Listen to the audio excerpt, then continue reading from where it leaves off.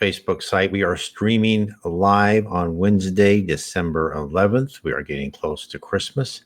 I want to say Merry Christmas, everyone. If you can't join me, I'll probably be off. I'll be off the week of Christmas, so I won't be broadcasting then. And so I hope everyone has a great Christmas. Tonight, we're going to talk about a very interesting near-death experience. Jean's NDE, when she really saw the whole supreme intelligence. But first, I want to explain how I'm interpreting the NDEs, and I'm interpreting them using the information all codified by Allan Kardec. He wrote the Spirits book. You can find the Spirits book on PDF or on Amazon, or you can find links to it on my site, nwspiritism.com. There's also a great Netflix movie called Kardec. I have it here for those who aren't listening on Spotify or other radio programs, podcast. It's just look up Kardec, Kardec. It's a great film. It's about how he codified the Spirits book, set in 1850s. It's by the same person who did No Solar, which was another great film. So I recommend everyone to look at that and understand what Kardec brought to us. He didn't just bring us his information from one spirit. He wasn't a medium. He set up 1,019 questions. He sent them to different mediums throughout Europe, and he didn't put them in his book until he got answers from the same or similar answers from multiple mediums. So this isn't just one person, one medium talking to one spirit, and and I'm sure a lot of those things are great, but you never know what that spirit, what they know and what they don't know. As if anything, Spiritism tells us there's a lot of spirits out there who aren't totally cognizant of what's going on. And the Spiritism is brought to us under the leadership of Jesus, who promised us the Consoler in the New Testament. And the Consoler is the Spirit of Truth, and the Spirit of Truth organized all the spirits talking to the different mediums. And then Allan Kardec is the codifier of Spiritism.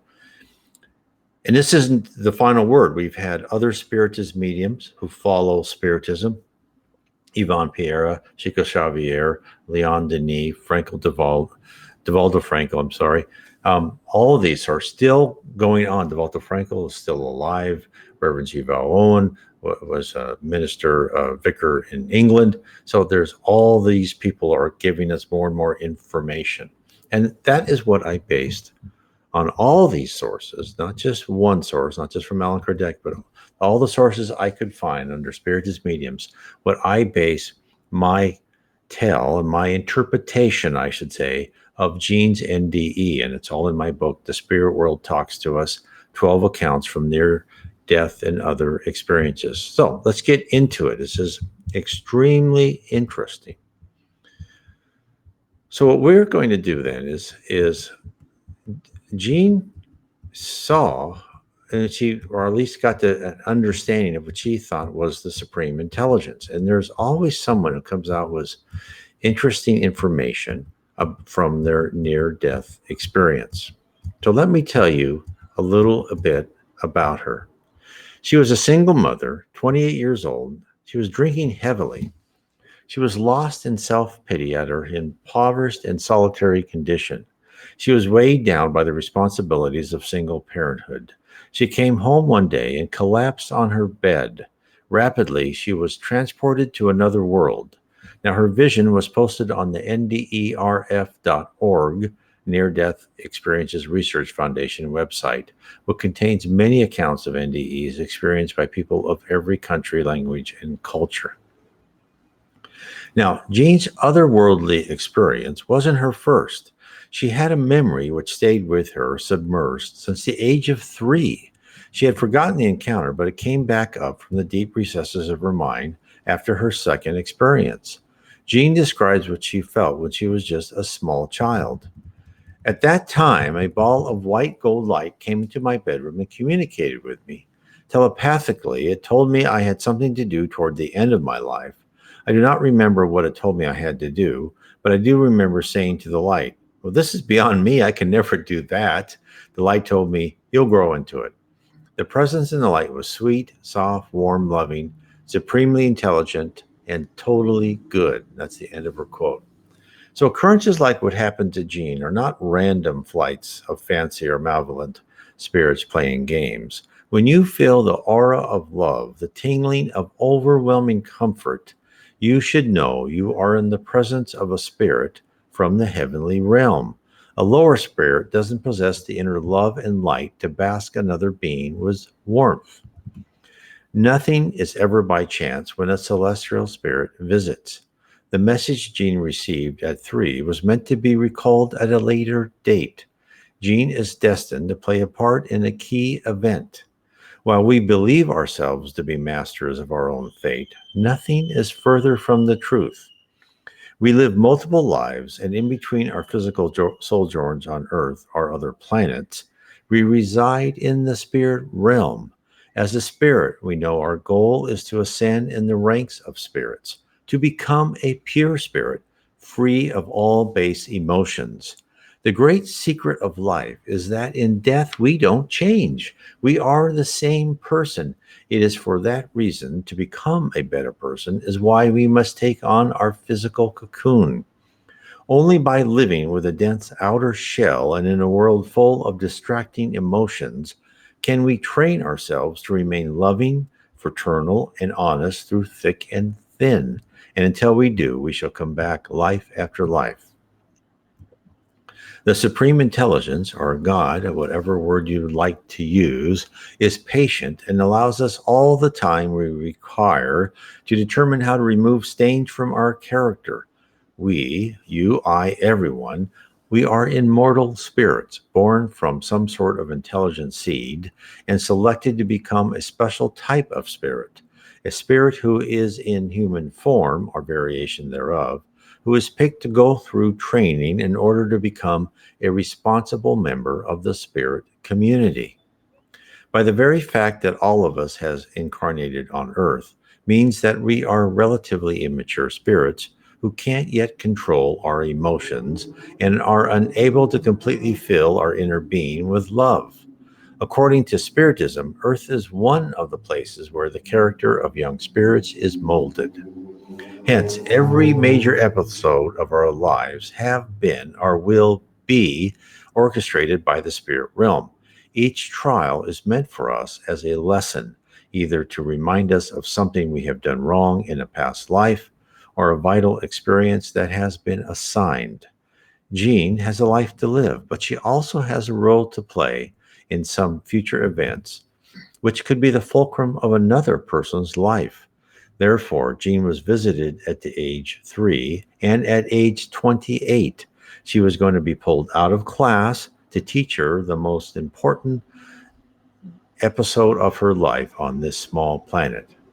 So she was alone, dispirited, and dreaming of losing weight, so she could find a man to pull her and her child out of poverty. Jean had reached the end of her rope. She couldn't see a light at the end of the tunnel.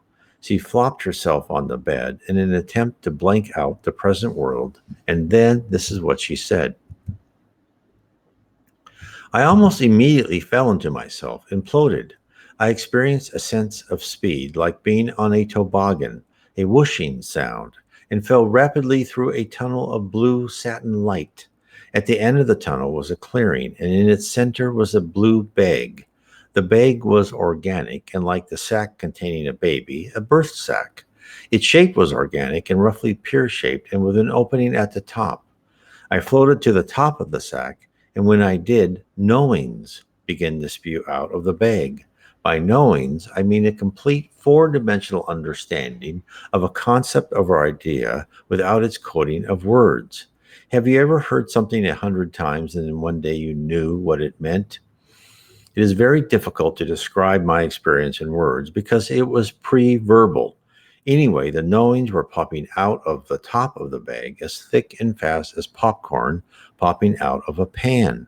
I tried to grab some so I could take them back with me and put words on them so I could remember them, but they were too numerous and happening too fast to get a hold of.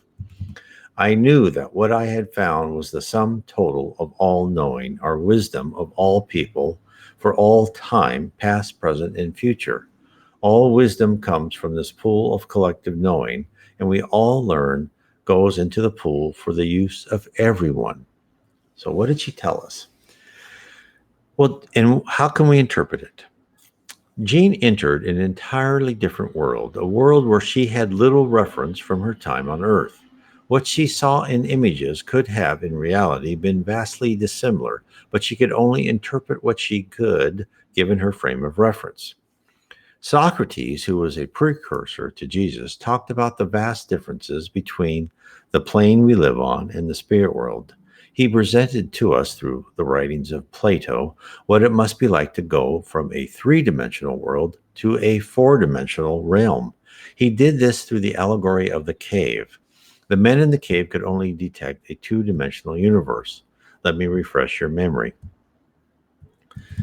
Plato had Socrates describe a gathering of people who have lived chained to the wall of a cave for all of their lives, facing a blank wall. The people watch shadows projected on the wall from things passing in front of a fire behind them, and they begin to give names to these shadows. The shadows are as close as the prisoners get to viewing reality.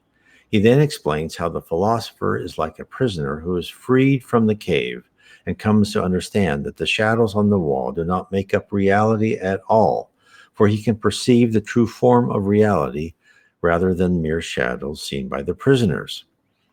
So then Plato continues, saying the freed prisoner would think that the real world was superior to the world he experienced in the cave. He would bless himself for the change and pity the other prisoners. And all this would happen when the prisoner escaped and returned to the cave. And he would want to bring his fellow cave dwellers out of the cave into the sunlight. The returning prisoner, whose eyes have been acclimated to the light of the sun, would be blind when he re-enters the cave, just as he was when he first was exposed to the sun. The prisoners, according to Socrates, would infer from the returning man's blindness that the journey out of the cave had harmed him and that he should not undertake a similar journey. Socrates concludes that the prisoners, if they were able, would therefore reach out and kill anyone who attempted to drag them out of the cave. Now, this allegory is usually interpreted from an epistemological point of view, which is a long word describing how we look at things of beliefs from our own base of knowledge. Plato ended the story with Socrates telling Glaucon, the people he was talking to, the entire allegory, I said, you may now append, dear Glaucon, to the previous argument. The prison house is the world of sight. The light of the fire is the sun. And you will not misapprehend me if you interpret the journey upwards to be the ascent of the soul into the intellectual world according to my poor belief, which at your desire I have expressed, whether rightly or wrongly, God knows.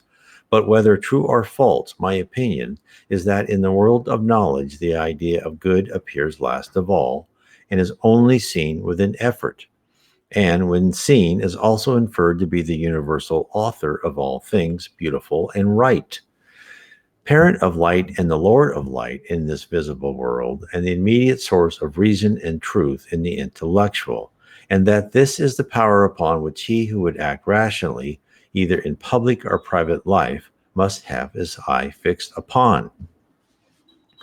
Plato has Socrates tell us to directly interpret the journey upwards to be the ascent of the soul to the intellectual world, which is the spirit world, for only in that realm are we allowed to fully use our intellect without the presence of numerous physical and emotional distractions. Only by transcending the influence of current society and leaving behind what we are told on a daily basis, what is good for us and what we should desire, can we begin learning what life is like out of the cave, our cave of this culture. For this reason, we are on earth, to rise above the fray and become loving and caring individuals, even in the face of immense pressure to conform to what we know isn't right. There's also a second message. Notice how the prisoners only detect two dimensions in their analysis of life. The philosopher escapes and for the first times sees not only length and width, but also depth. He sees as three-dimensional world. Our world is three-dimensional. In the book Beyond the Veil by the Reverend G. Val Owen, the spirit astral tells him the spirit world is at least four-dimensional. Spirits can see lengths, width, depth, and also time. They are able to focus on an object and see the past and the future. This is what Jean saw. She didn't just see the object, she knew the object's beginning, middle, and end throughout time. This is what she meant by the word knowings. Her perception of the universe around her was of a higher degree than we could conceive of. Another aspect that Jean revealed is her ability to access information. Jean saw a blue bag that was a conduit to a massive amount of information. She visualized a data link that allowed her to tap into whatever her thoughts asked for. She probably didn't realize how to control her mind well enough to throttle the process so she could fully enjoy the flow of information coming to her. Spiritism tells us we are all connected, that we are part of God's universe, and even though our thoughts that radiate from our minds can be intercepted, a high spirit knows how to read the data. Will know who sent the thoughts, their location, their feelings, everything about the person. We are an open book to the superior beings who make up the spirituality. As Jean continued her journey, she would learn how we are all connected. This is what she found out. I left the blue bag and immediately found myself high above the earth. I could look down and view the curvature of the earth, its colors, and the shape of its waters and continents. I was not only above space, though, I was also above time. I could see the movement of the people and ideas that had shaped and been shaped by history. At each period in history, I experienced the total feel of that period, including its music, architecture, styles of clothing, political thinking, and literature. It was like a vast march of people from different times with different worldviews all working together, like removing the top of a gigantic piece of machinery and observing all the wheels, cogs, and pulleys working together. On the surface, we see none of this, but take off the top and we can see it. My vision took off the top. I knew that we are all connected with each other, like mountain climbers with ropes around their middles. When one of us falls, we pull the others down. When we climb up, we help up others. We are all in this together. I knew that what we observe of empty space between us is not empty. We are like marbles in a sheet of glass. You don't see the glass, you see the marbles. But the glass holds the marbles together. We are held together by an invisible substance that is around us and between us. It is invisible to us, but it is real. I saw that life on this planet was not random. There is a giant plan. The plan, however, is on a scale that is incomprehensible to us. Our minds are too finite to grasp it. Now, earlier, when Jean was 3, she was told she would have a function to perform at some time in the future. Take that single fact and extrapolate it to the entire Earth. Not just a destiny for each person living, but a plan for entire nations, races, cultures, and continents. Jean's metaphor of pulling together like mountain climbers is apt. Spiritism tells us that the history and the future of the earth is like an upward spiral. There are cycles we must go through, and there are times when destruction is called for. Like mountain climbing, when there are occasions of people losing their grip and falling, but the descent is halted by the safety rope. Each catastrophe that befalls humans is controlled. One step back to relearn certain important lessons, then 2 step forward. Let's take an example of that. According to the spirit Emmanuel, Rome was built up by the command of spirit forces. And when they hadn't demonstrated the correct respect for other nations and people, they were torn down. Emmanuel tells us that during the Republican era of Rome's history, it became a great power, the dominating authority of the entire Mediterranean Sea. The spirit world envisioned Rome growing by spreading its good practices and bringing a civilized aspect to their nearby nations. Regrettably, Rome's leader tasted power, as Emmanuel describes. Instead of extending its ties through education and harmony, it allowed itself to become captive to a host of aggressive and ambitious spirits, widening its influence in the world with the ballistas and catapults of its warriors. That's what Emmanuel said in the book On the Way to the Light. A great book, by the way. The Romans had brought much advancement. That much is absolutely true. The concept of the family, active citizen participation, the importance of education, honor in business dealing, and organization structure of institutions and in building infrastructure to the ancient world. The spirit world wished to save these gifts. Therefore, they attempted to rectify the errors of Rome with the coming of Christ during Augustus's reign. The advent of Christ and his followers could not right the ship. Emmanuel comments about the fall of Rome. This is what he says. The weakness and impotence of human beings did not allow them to understand that Christianity had been called to the role of governance solely to educate the sentiments of those who governed, preparing them to take enlightenment and fraternity to the other peoples of the earth, who at the time were regarded as barbarians by the culture of the empire. What follows the fall of Rome truly demonstrates the power of the spirit kingdom. Emmanuel reports, the spirit authorities under Christ Agius renewed the educational process of the European world, at the time just starting today's civilization, by calling all human beings to life in the field so that, by tilling the soil and being in contact with nature, they could learn more effectively. How many historians marveled at the fall of the great civilization into utter darkness, the loss of learning, medicine, and political system? How could this have happened? It was the mass re-education of an entire population required to bring Western civilization up to the next level. This is the scale of what Jean observed, an intricate plan that isn't cast in stone, but continually re-evaluated to determine if the collective human existence on Earth is advancing to the proposed goal. Within this plan are details for each of us. We, individually and collectively, are constantly being monitored for progress towards objectives, targets that are meant to be signposts as to the spiritual and technological maturity of the human race. Once we reach a stage where there are no wars, no hate, no envy, then we shall be free of this planet of atonement and graduate to a more civilized school. So, next, Jean was shown the building blocks of the cosmos. I was shown a ball that was convoluted and contained all surfaces. For years after my experience, I looked for someone who could explain this to me. I would take a strip of paper and twist it and attach the two ends together. What is this? I'd ask. Finally, years later, I met a physicist who told me it was a Mobius strip.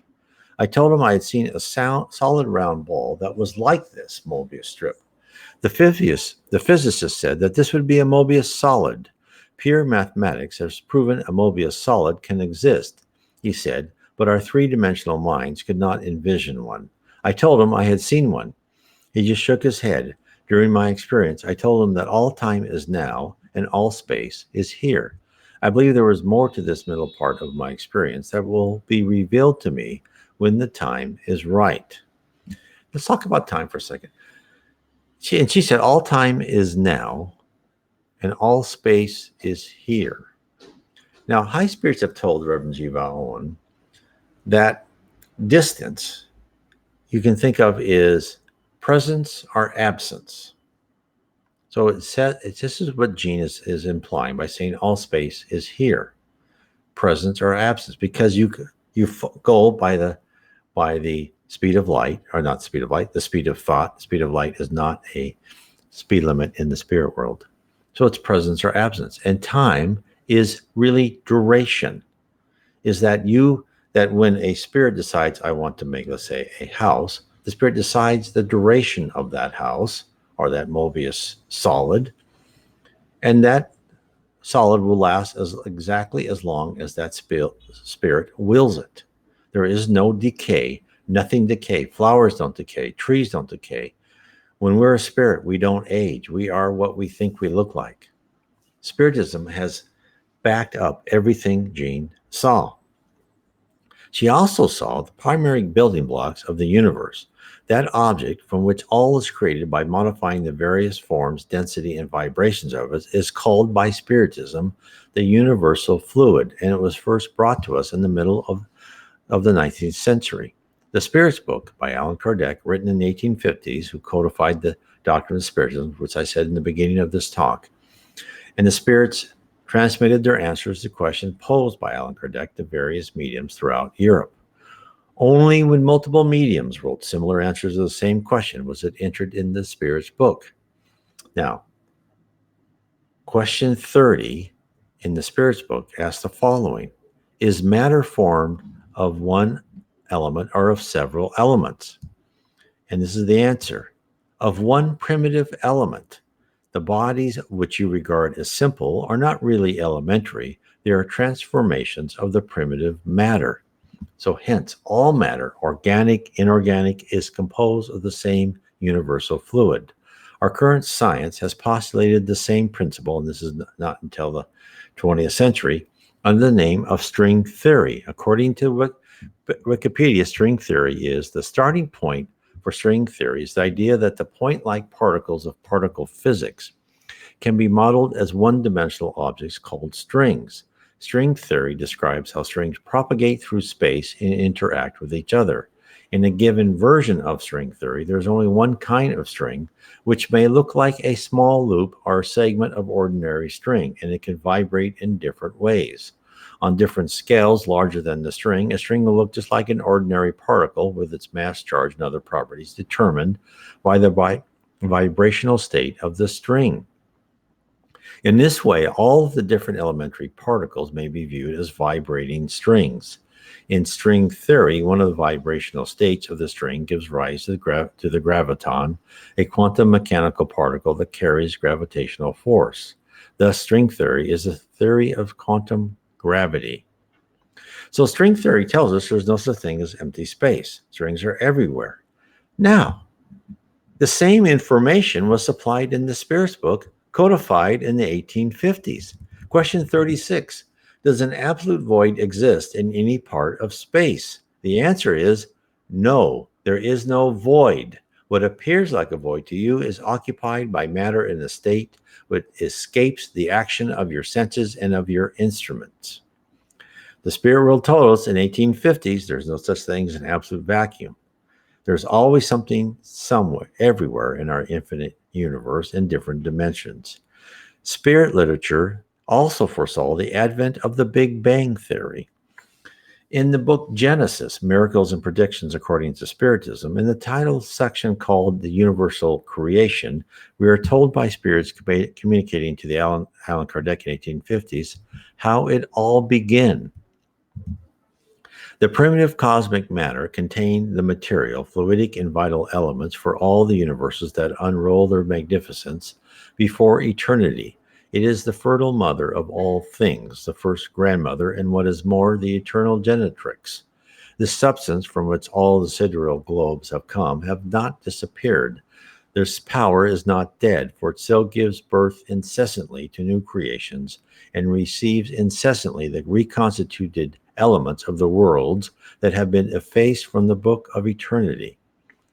The unrolling is the filling of one of the rollings of our particular physical universe from the primitive element bursting upon the scene, caused by the thought of God to start the creation cycle. Over billions of years from the start of a tiny seed, galaxies, solar systems, planets, and life begin. This one element is used for everything. So, but first I like to say, when they say this, the beginning, they mean the beginning of the whole spirit universe and many other universes.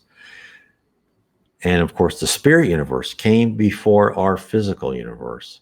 And then the spirit universe spawned our physical universe. Now, what are we told about this one element? The ethereal matter, rarefied to various degrees, and which is diffused through interplanetary space, that cosmic fluid that fills the universe, rarefied to various degrees in the immense regions, rich in clusters of stars, condensed to various degrees where the stellar sky does not yet shine, modified to various degrees by different combinations according to their locations in the expanse, is nothing more than the primitive substance in which resides the universal forces, which from nature has taken all things. Hence, from one element called universal fluid by spiritists comes all matter. Gold, silver, water, and iron are made up of the same element. What we see as molecules and atoms and the building blocks of atoms, which construct molecules, are all derivative of the universal fluid. It is explained thusly. This fluid penetrates bodies like an immense ocean. In it resides the vital principle that gives rise to the life of beings and perpetuates it on each globe according to its condition. A principle, when its latent state lies dormant, as long as no voice calls upon it. By virtue of this universal vital principle, every creature, mineral, plant, animal, or other, because there are many kingdoms of nature whose existence you do not even suspect, knows how to appropriate the conditions for its existence and lifespan. So again, this was told us in the 1850s, and when they said many kingdoms of nature you do not even suspect, that's before people saw viruses and bacteria. They didn't know those things. This fluid is, they probably knew bacteria, but not viruses. This fluid is molded to become whatever it needs to be. It is transformed by thought. Now, this is the important point. Universal fluid, what affects universal fluid is the will of spirit and the will of higher spirits. And there's a whole legion of higher spirits who get the word and the commands from God, and that goes down and down, just like a typical managerial matrix, right? In our big corporations, the president says, I want this, and then it goes from one level after the next, and it gets down to the project manager, and then the people who do it. And same thing on earth, the spirits who created and help guide, with in essence with the Darwinian principles, but also it was also guided by spirits, changing DNA subtly through spiritual machinations. So all of this universal fluid is molded by thought. And when the spirituality created the universe, he created it by thought to be composed of an element which is able to be transformed into many combinations by thought and to follow logical rules, a type of programming of the behavior of the object for all eternity until a superior thought modifies it. This programming of the object is mentioned in the next paragraph in Genesis. Again, this is written in the 1850s. It is very important to be aware of the idea that the primitive cosmic matter is endowed not only with the laws that ensure the stability of the worlds, but also with the universal vital principle that forms the spontaneous generations on each world to the extent that conditions manifest for the successive existence of beings. And when the hour sounds for the appearing of the children of life during the creation period. In summary, what have I just said? In the 1850s, Allan Kardec brought us the concept of a unifying element, which is the fountainhead of all matter in the universe, which is directed and ruled by thoughts from not only God, but also from superior spirits, high spirits, spirits who have been trained to create with their mind. This is what Jean saw in her NDE, a totally connected universe derived from simple elements and controlled by a universal intelligence. What Spiritism and Jean is telling us is that we are on earth at this moment, surviving our trials, paying for our past debts, gaining new experiences, so one day we too may be worthy of manipulation of matter by our own will. One may express doubts about the process presented by spirits to a small group of pioneering spiritists, first gathered by Allan Kardec. But we shall see that this message has been told, not only from the book of Genesis in the Old Testament, in Genesis chapter 1, verse 2, in the beginning God created the heavens and the earth. The earth was formless and void, and darkness was over the surface of the deep, and the Spirit of God was moving over the surface of the waters. And that was a primitive view of how else could a primitive people interpret that except God created it. And now we're seeing universal fluid that vibrates, and the wills of spirits can move these vibrations and the densities and composition of universal fluid to create all sorts of other atoms and molecules and other things, right? And so even from other religious texts, most started with an idea, a thought, an intent to create the world. Now, thanks to the Spirit of truth, as promised by Jesus in the New Testament, Spiritism is revealing more information about the creation of our universe. And in the 20th century, we were given more to ponder. The structure of the physical and spiritual universe is revealed even more in the book The Life Beyond the Veil in the Lowlands of Heaven section. Now, this book was psychographed in the 1920s. It was a communication to the Reverend G. Val Owen from Astriel in the spirit world that introduces the basis upon which all objects are composed. So we are given more information from 1850 to 1920, which is 70 years later. As I said, Spiritism promises more information more and more as we are ready to accept it. This is what was told to Reverend G. Val Owen by Astriel. Every star, as you know, is itself a center of a system which comprises in itself not only the planets in revolution around the star, but also the particles of matter which suffuse that system, but are too sublimated to be cognized by any system of chemistry which is possible to those who dwell in physical bodies, and in their research are compelled to use both material instruments and material brain. These particles are between the purely material and the spiritual, and indeed may be used both in the physical and the spiritual economies. For the two are merely two of the many phases of one progressive economy, and act and react on each other like a sun and his planet. Astriel is restating the fact, accepted in the spirit realm, that everything flows from one source. We were told the same in Allan Kardec's The Genesis in chapter 6, which was dictated to the Parisian Spiritist Society in 1862 and 1863 by the spirit Galileo. In the beginning of the section titled Matter, Galileo states, "Nevertheless, we can establish as an absolute principle the fact that all substances, known and unknown, no matter how dissimilar they may seem, whether from the inner composition point of view or from the aspect of their reciprocal action, are in fact nothing more than varieties into which it is transformed under the direction of the innumerable forces that govern it." So Astriel and Galileo is making it clear that not only is our physical universe composed of universal fluid, but the spirit realm is also made of variations of this primal element. Next, Astriel exposes how the transformation of the primary element is accomplished and some of its properties.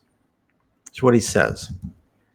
Gravitation is applicable to these particles also on both sides, and it is by means of this force, as we will call it, as being a name you know and also very little understand, that we cohere these particles together and are able from time to time so to clothe our spiritual bodies as to become visible to the photographic plate and sometimes to the human eye.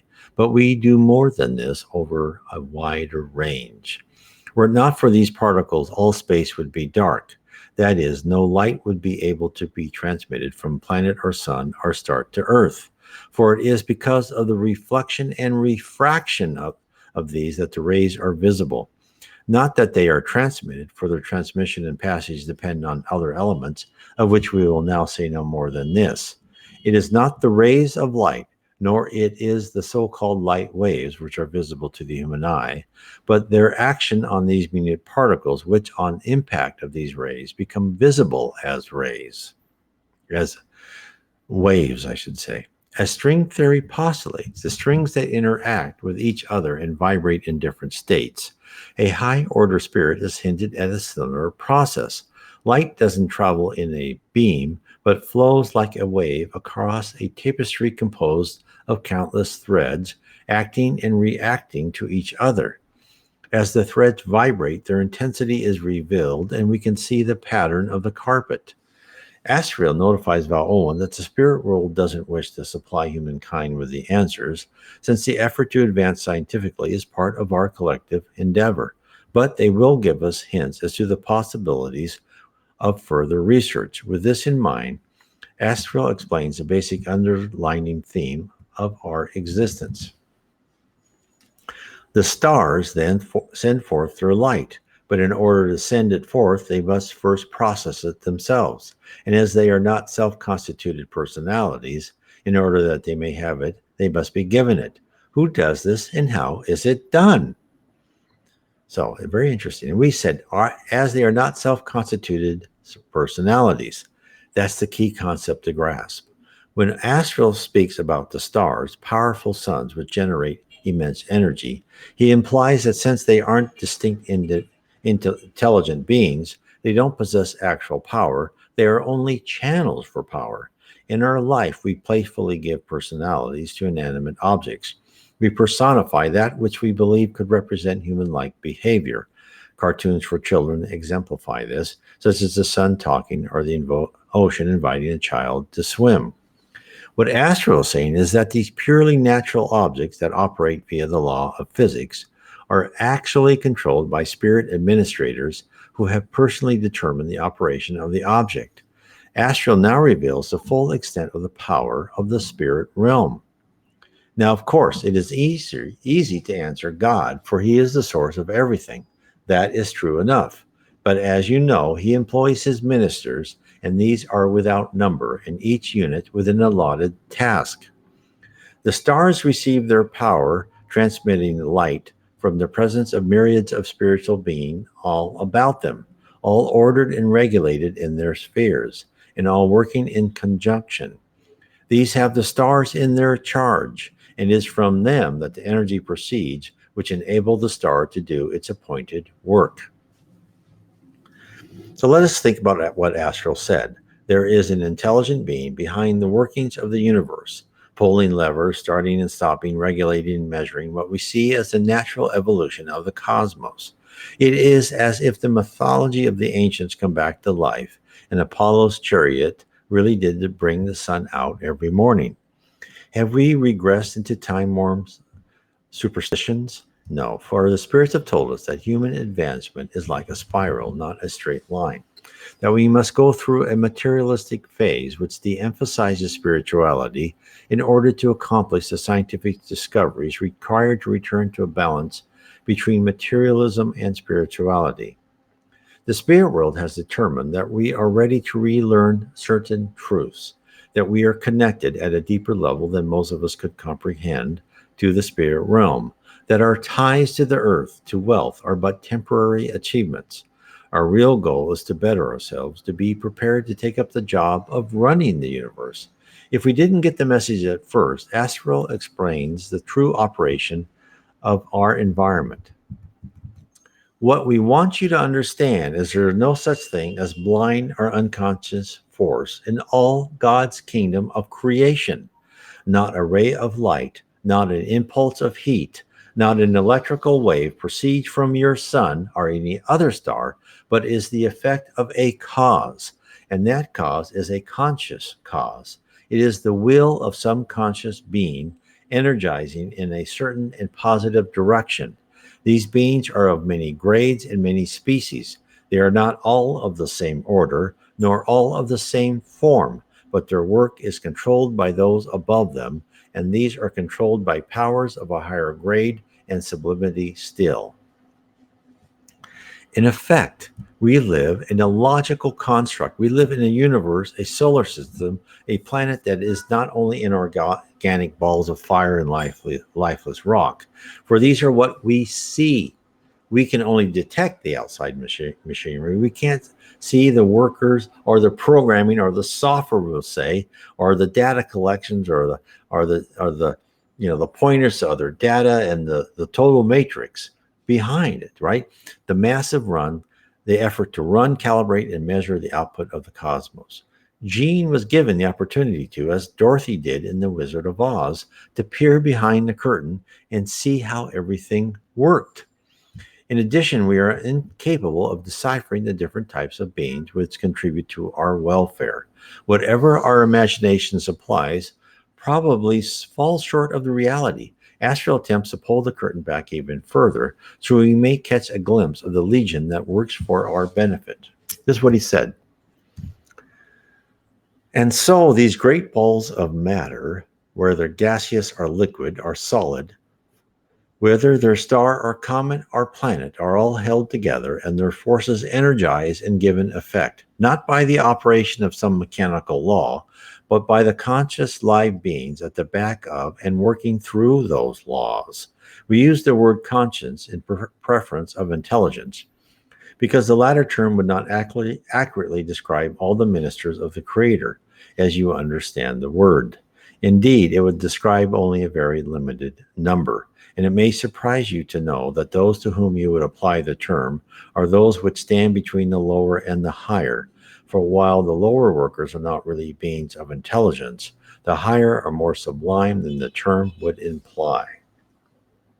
So, hence, the higher the level, the more connected you are to God, as to finally discard your human form and become one with the supreme intelligence, where there is no delineation between male and female, race, nor any measure that we are so fond of, only an unimaginable will, a force so omnipotent that it approaches the one who created it all.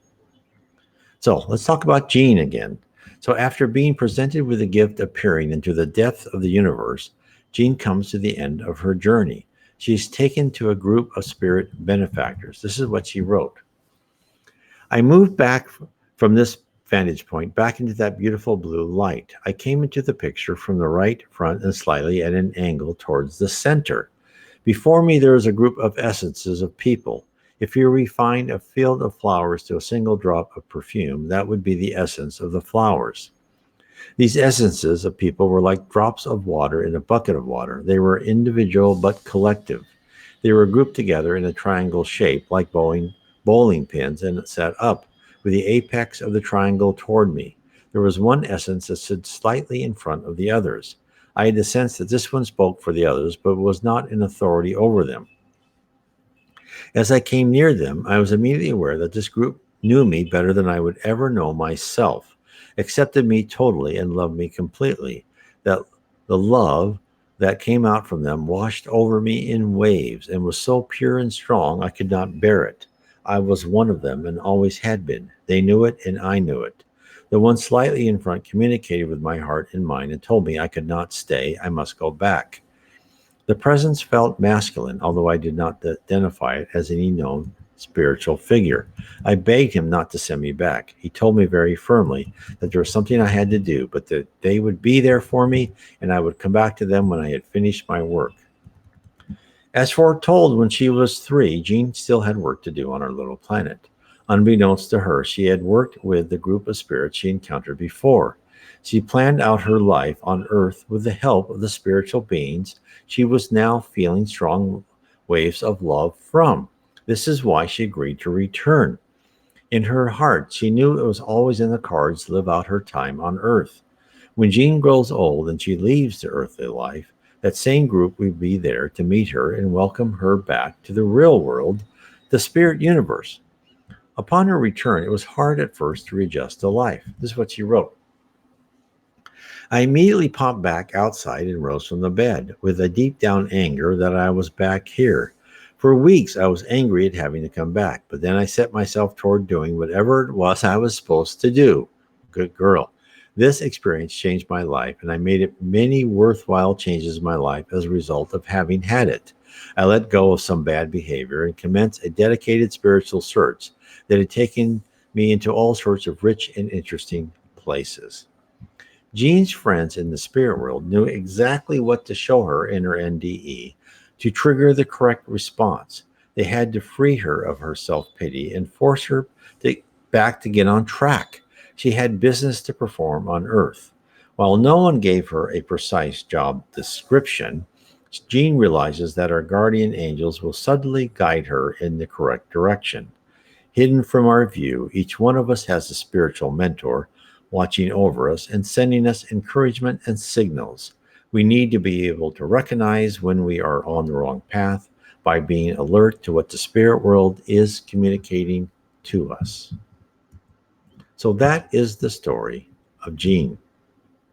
Now, again, I go through this in much, in all these stories in my book, The Spirit World Talks to Us, 12 Accounts from Near Death and Other Experiences. I also talk a lot about the universe, the spirit universe, and how everything is tied together in my book. It's book 2 of a series of 3 books. The first book is Heaven and Below. And this book, The Spirits in the Spirit Universe, goes further into detail how the spirit universe is organized and processed. And it also talks about spirits, what our attributes are, how we learn from one level of heaven to the next, how do we eventually become higher and higher level so that we too can take part in the creation of an Earth-like planet, of guiding, plants, minerals, humans, cultures, races, whatever, of guiding them in their pursuit of one day to becoming a pure spirit. So I want to leave all of you. I want to say God bless all of you, and good night.